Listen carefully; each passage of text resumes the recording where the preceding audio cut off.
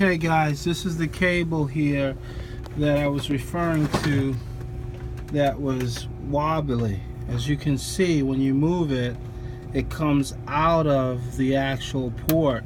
So it's almost as if it's broken. See, as it's moving in and out, it's not even connected.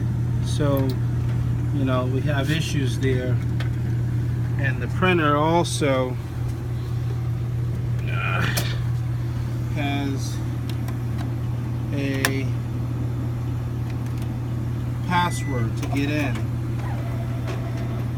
For example, when I go to additional functions, system settings, it asks for a system manager ID and system password.